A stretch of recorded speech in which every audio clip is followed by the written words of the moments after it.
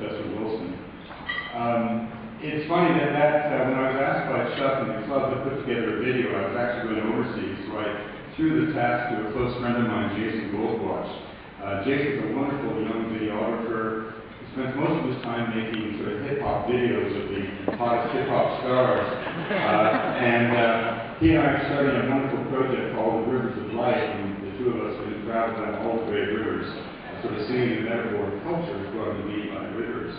And it was curious, I threw to Jason about 20 hours of films of that day to just find something. And what's interesting is what he found was not bravado, but love. And I think for anthropology, that is really the key. You know, you think of what anthropologists do when you turn up the doorstep to someone sort of announce that they're studying their sex lives. I mean, if someone does that to us, we call it peace. And the wonderful thing about anthropology is you see that kind of conduit culture, that way to break down the inherent barrier that exists by definition between yourself and the people with you who find yourself momentarily living as a guest. And always, as Professor Wilson alluded to, the truth is more wonderful than fantasy. And you know, the question of the Mayan prophecy reminded me of this book that was published in the 1970s called The Secret Life of Plants. And I'm sure you remember it. It was the book that first sort of said that plants responded to human emotion and the music of Mozart. And one of my professors at Harvard, the legendary Professor Schultes, greatest protege, Timothy Plowman, was both a musician and poet and one of the finest botanists of his generation. And he absolutely hated that book. And he would say to you, why would a plant give a shit about Mozart? And even if it did, why should that impress us? They eat light, isn't that enough? And by the same token, when we seek fantasies in the unknown, in the realm of cultures that really recognize the possibility of living in true harmony with the earth, we don't need to fantasize. 2 hours from Miami Beach, you can climb into an isolated volcanic massif that soars to 20,000 feet and find yourself in the presence of the Elder Brother.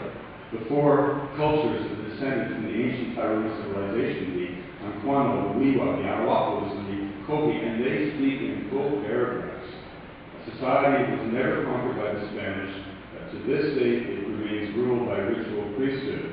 The training for the priesthood involves 18 years in isolation as the acolytes are enculturated with the values of their society, which include the idea that their rituals alone maintain the cosmic balance. And at the end of that arduous initiation, the boys are taken on a journey. And for the first time at the age of 18, they see the earth not as they would imagine it to be, but as it actually exists in all of its glorious beauty. And the priest who is training them steps back and says, you see, it is that beautiful. I've been telling you all these years, it's yours to protect. And so the wonder of life exists in the freedom. The beauty of the imagination is found in science.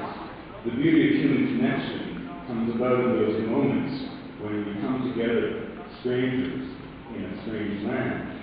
And one of my favorite stories, and I really must acknowledge that much of what allowed me to come to the stage tonight has been made possible by my friends and colleagues, really my family at the National Geographic Society that has inspired so many people and has given so many gifts.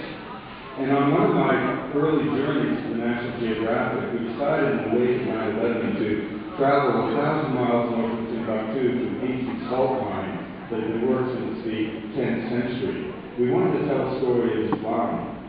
We got to the mine, it was a totally biblical scene. The Torah companion, Isa Muhammad, took one look at it and he said, I would not bring my wife here. And then we asked the smugglers at the mine what country they came from, and they said there are no countries here. And on the last night, we met a young man who had been held in servitude at that mine for his entire life. He was younger than me chronologically, but much older physiologically. He lived in a hut made of salt blocks. His only possession was the haggard moose and the 55-gallon drum that he stored his water in. In the 800-year history of the mine, he was the only person known to have spent the summers there. When the sun becomes so hot, sand melts, and people become delirious. He was trapped in debt, and his debt turned out to be less than the cost of a dinner in New York. And so Chris Manier, my good